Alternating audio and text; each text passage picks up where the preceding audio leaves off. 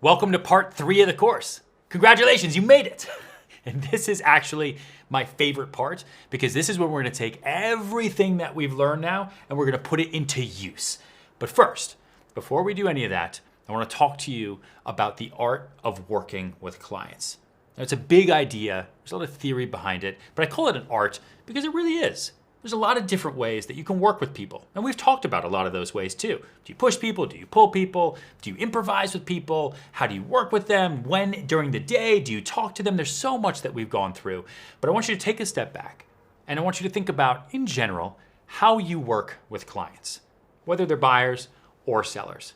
Because I think that most real estate agents don't ever really think about that.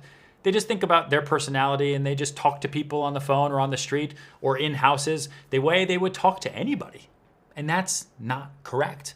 That's not correct if you want to be an incredible selling machine or if you want to be a power broker or if you want to be like me and you want to sell almost $1 billion in real estate every year. Because every meeting I go into, whether it's a buyer or seller, I'm not going into it talking to them like I would talk to anybody. I've got their backstory in my brain. I understand exactly what my objectives are. And I'm going towards them in one way specifically, which is I am here to work for the deal. Now let me explain that. Most real estate agents sell like car salesmen. There's an image of a car salesman right there. Yeah, you don't want to be that person. And that car salesman, that technique of just being super pushy, come on, they only work for the sale. And that gets people fired a lot. Sometimes it gets things done, but who wants to work with a really aggressive salesperson that's only working for the sale? Remember I told you my shoe story?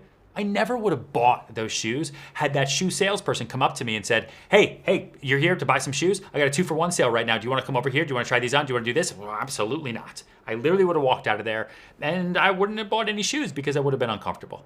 So don't be the classic car salesman. And again, if you're watching this and you sell cars, no offense. This is just a good example. Do not be pushy to the point of where you are pushing people only for the sale.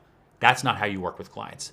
On the flip side, a lot of other real estate agents that I see, they're tour guides. Where's an image of a tour guide? There you go, right there. Don't be that person either. That person is working just for the client. That person will say whatever they need to say just to keep the client happy.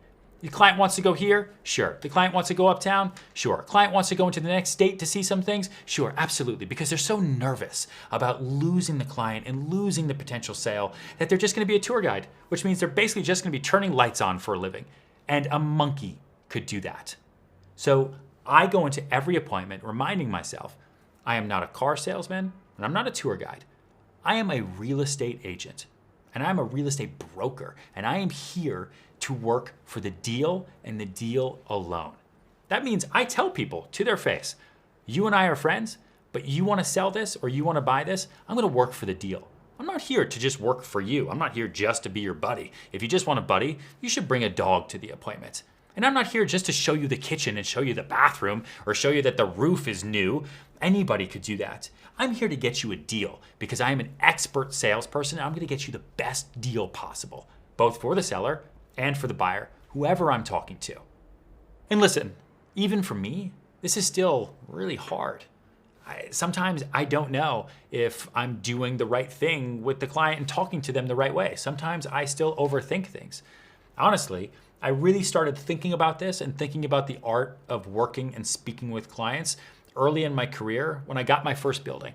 It was on John Street in the financial district. It was a huge win for me because I'd never had a building before. And I was so excited and so aggressive and ready to sell all of the apartments that I was really pushy, just like the car salesman. And I thought I was doing the right thing.